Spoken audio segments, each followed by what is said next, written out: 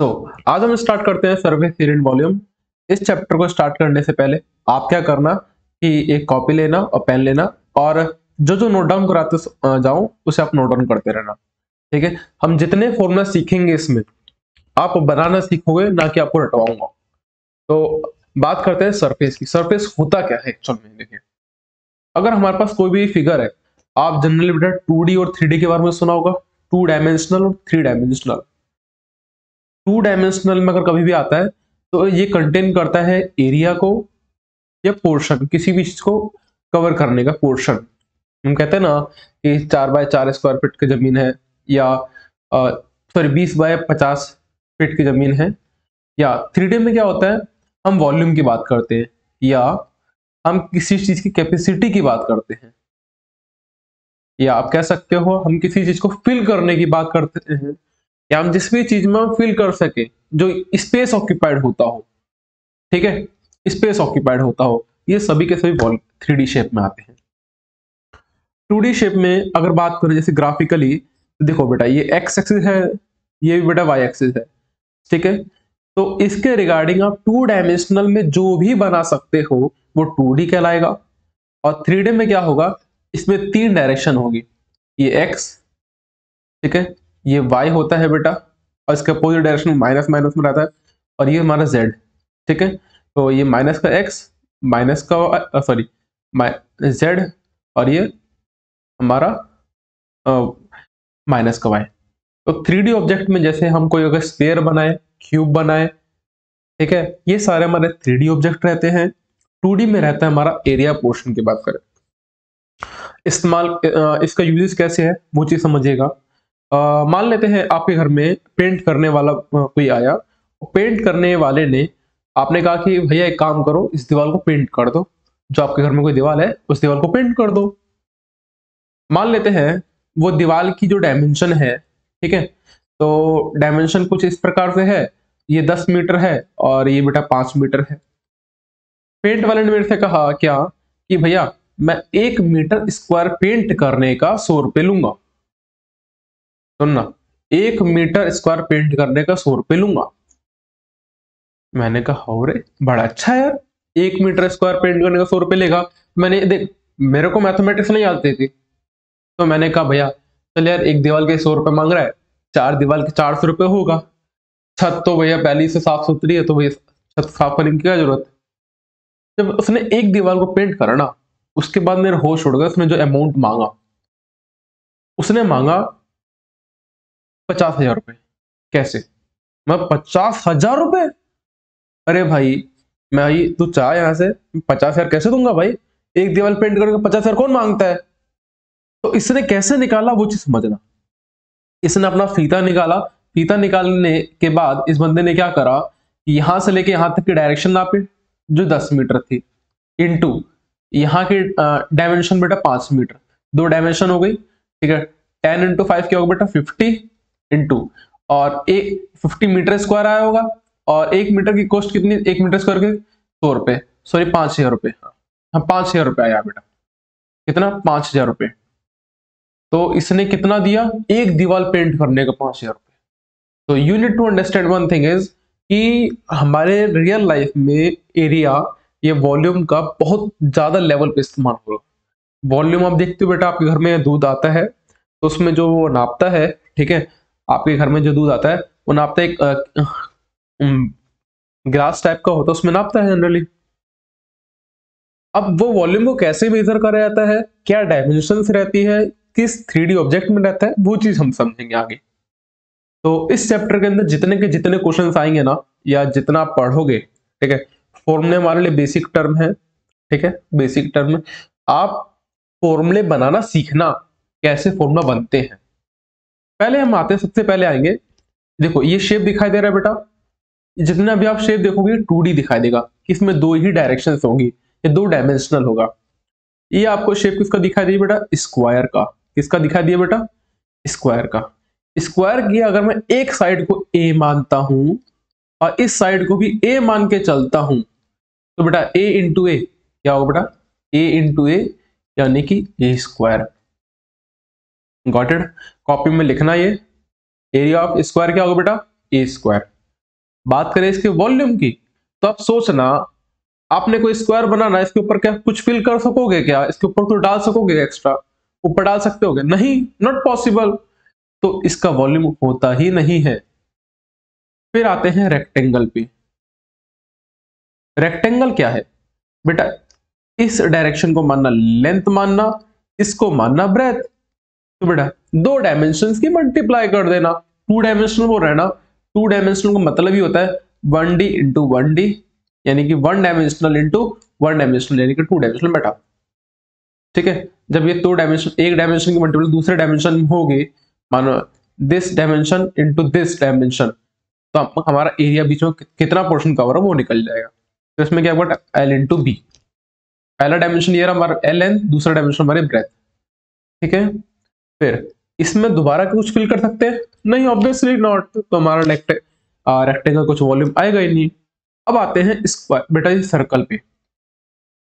Circle पे तो circle में, सर्कल पढ़ाने से पहले मैं आपको एक चीज बताना चाहता हूँ। आप जानते हो पाई होता क्या है? ठीक है, पाई के संबंध में अगर आप सरकमफ्रेंस और डायामीटर, सॉरी हाँ, सरकमफ्रेंस और डायामीटर के रेशियो को बोला जाता है पाई। यानी कि अगर आपको कोई परफेक्ट सर्कल बनाना है तो क्या करना, इस सर्कल फ्रेंस की जो लेंथ होगी ना, सर्कल की जो लेंथ होगी वो 22 सेंटीमीटर रखना या 22 मीटर रखना, व्हाटएवर, और नीचे जो डायामीटर आना चाहिए वो 7 आना चाहिए।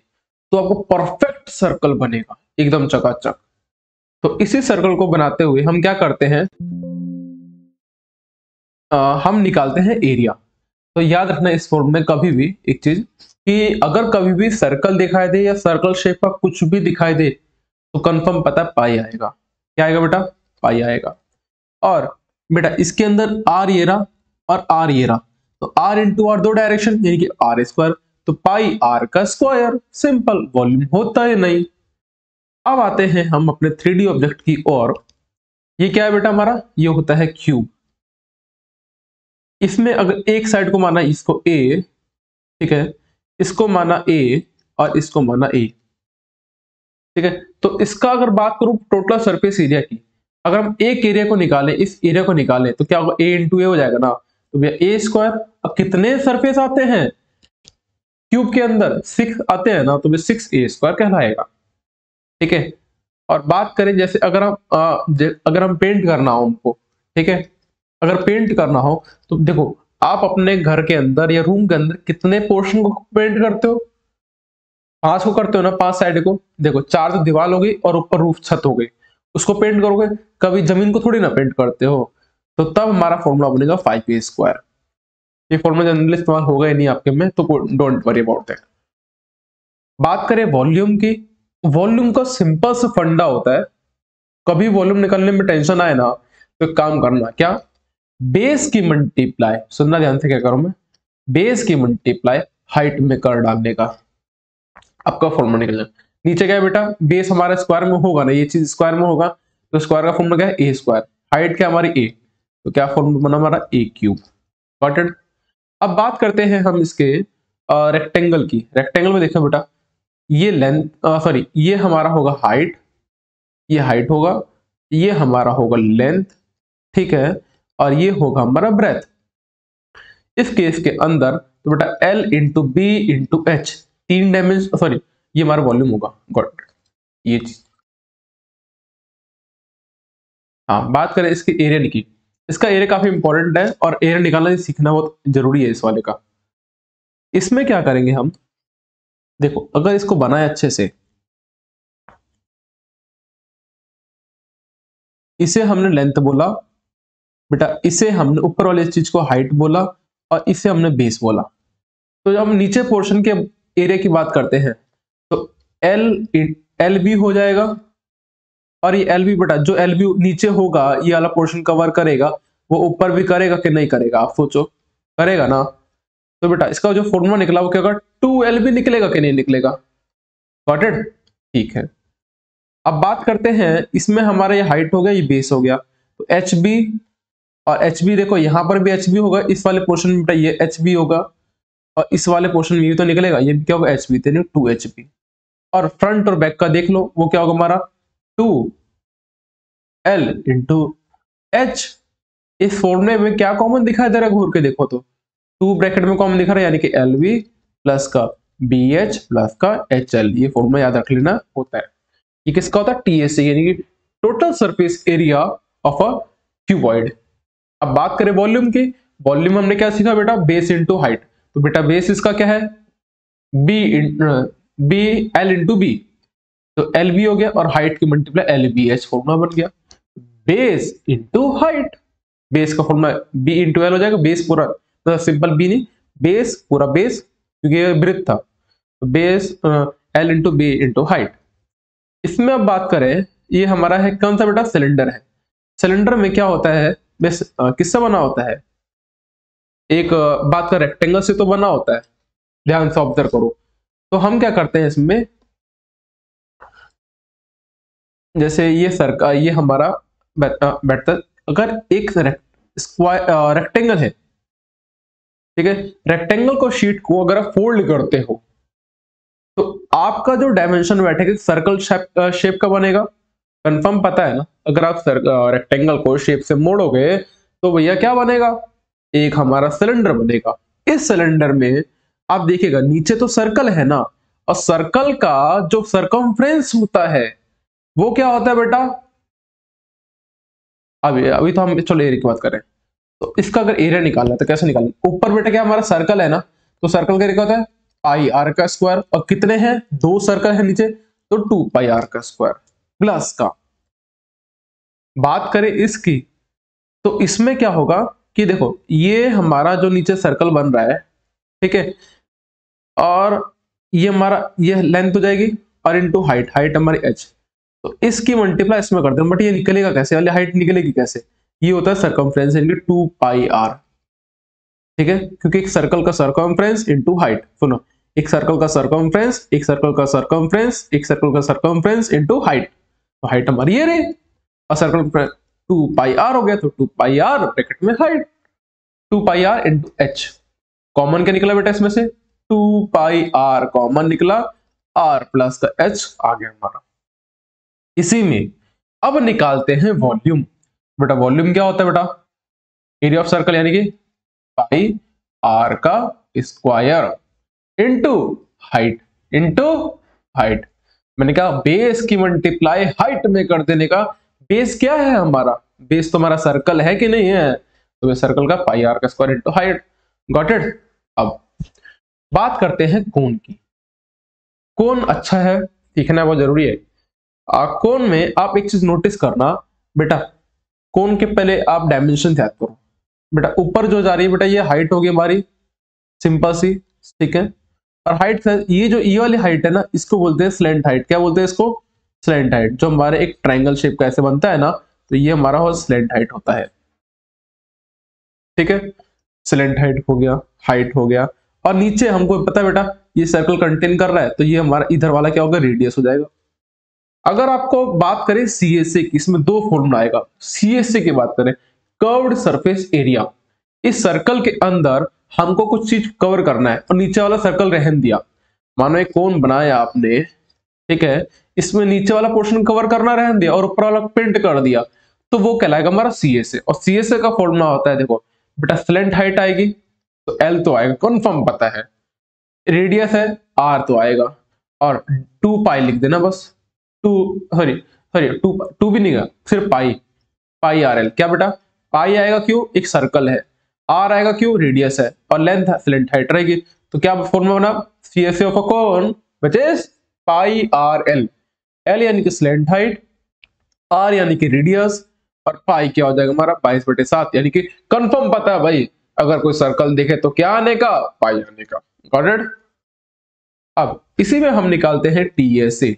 टीएसए निकालते समय बेटा पाई आर एल तो रहेगा, प्लस का नीचे वाला जब सर्कल इंक्लूड होगा तो पाई आर का स्क्वायर होगा कि नहीं होगा, जब होगा तो फॉर्मूला क्या बना, पाई आर ब्रैकेट में एल प्लस का आर।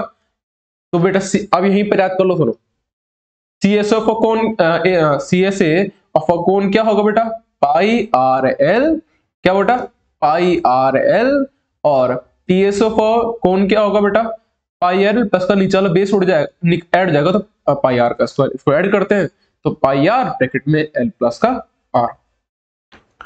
अब अभी थोड़ी देर बाद में लिखना और इसको नोटिस करते रहो। अब निकालते हैं वॉल्यूम।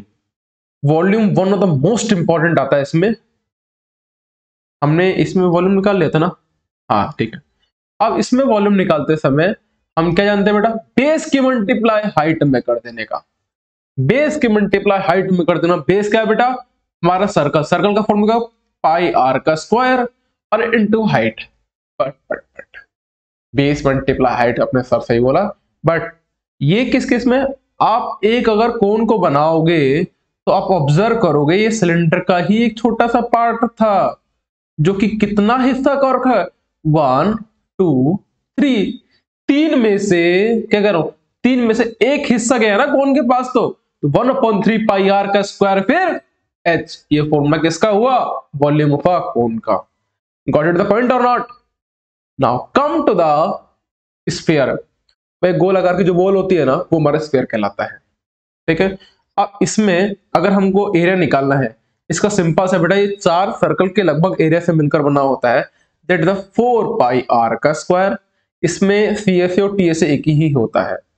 बात करो इसके वॉल्यूम की, तो वॉल्यूम मैथ करना, देखो बेटा पाई तो आएगा डेफिनेटली श्योर, बेटा आर मैंने कहा वॉल्यूम जो निकलता है 3 डायमेंशन से निकलता है, तो बेटा इसमें 3 बार रेडियस ही रहेगा, R into R into R, ठीक है। और ये भी कवर पोर्शन होता है ना, अगर इस सिलेंडर में कवर करूं तो बेटा इसका बैठेगा 4/3 पाई आर। तो 4/3 पाई आर का क्यूब, ये किसका फॉर्मूला ना, 4/3 पाई आर क्यूब, किसका बेटा, स्फीयर का। बस 4/3 याद कर लेना, पाई आर क्यूब तो रहेगा। बात करें हेमिस्फीयर, किसके बेटा, हेमिस्फीयर की। हेमिस्फीयर के लिए हम क्या करेंगे, तो बेटा इसमें दो चीज आएगा, सी एस से आएगा, और सी एस से कैसे निकलेगा, सिंपल सी बात है, एक भाई ऊपर वाले पोर्शन को निकालने के लिए, यानी कि मेरे को अगर ऊपर वाला पोर्शन निकालना है, जैसे कि देखो ये वाला पोर्शन निकालना है, ये वाला पोर्शन, ठीक है। तो इसके लिए क्या करना पड़ेगा मेरे को भाई, ऊपर का स्फीयर का आधा कर दूं, यानी कि 2 pi are square. Got it. तो हमारा एक फॉर्मूला तो 2 पाई आर का स्क्वायर, और अगर हम सॉरी सी ए से का 2 पाई आर का स्क्वायर, और नीचे एक सर्कल है ना उसको कवर करूं मैं, तो पाई आर का स्क्वायर होगा बेटा। तो हमारा फॉर्मूला क्या बनेगा, सोचो आप खुद। तो 2 पाई आर का स्क्वायर ये सी एस ए का बैठेगा, और टी एस ए का बैठेगा आपका क्या बेटा, 2 पाई आर का स्क्वायर प्लस का पाई आर का square which is equal to 3 pi R का स्क्वायर।